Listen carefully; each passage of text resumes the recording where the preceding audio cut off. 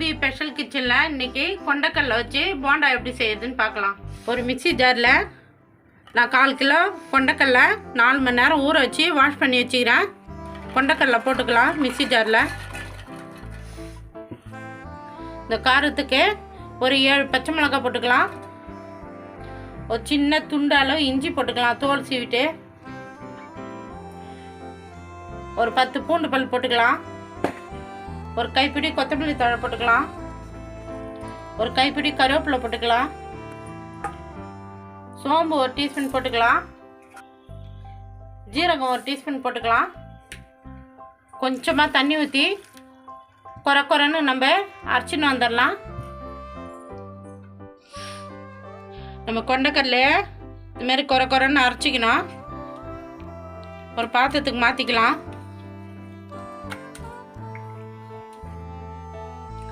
கடல மாவு 1/4 கிலோ போட்டுக்கலாம். அரிசி மாவு 50 கிராம் போட்டுக்கலாம். 100 கிராம் வெங்காயம் பொடிசாக கட் பண்ணி போட்டுக்கலாம்.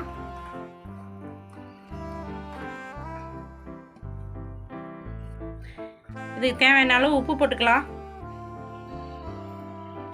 எல்லாத்தையும் ஒன்றா மிக்ஸ் பண்ணிக்கலாம்.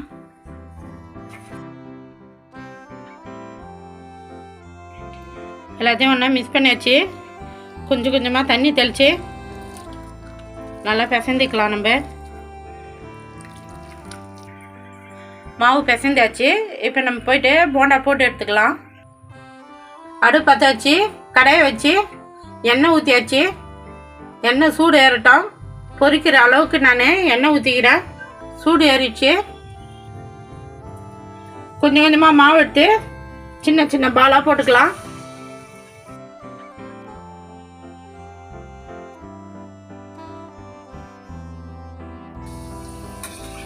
நம்ம 2வது பக்கம் திருப்பி விட்டுக்கலாம்.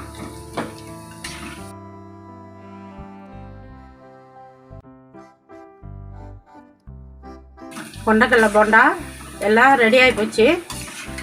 நல்லா சோர்ந்துச்சு. நம்ம இப்போ எடுத்துக்கலாம். எண்ணெயை எடுத்துட்டு எடுங்க. கவி ஸ்பெஷல் கிச்சனில் இன்றைக்கி கொண்டக்கடலை போண்டா நம்ம ரெடி பண்ணோம். ரெடி ஆகி போச்சு. நான் எப்படி செஞ்சேனோ அதுமாரி செஞ்சு பாருங்கள். நல்லா சூப்பராக டேஸ்ட்டாக இருக்கும். குழந்தைங்களாம் செஞ்சு கொடுங்க. எனக்கு சப்போர்ட் பண்ணுங்கள். இந்த வீடியோ பிடிச்சிருந்தா லைக் பண்ணுங்கள், ஷேர் பண்ணுங்கள், சப்ஸ்கிரைப் பண்ணுங்கள்.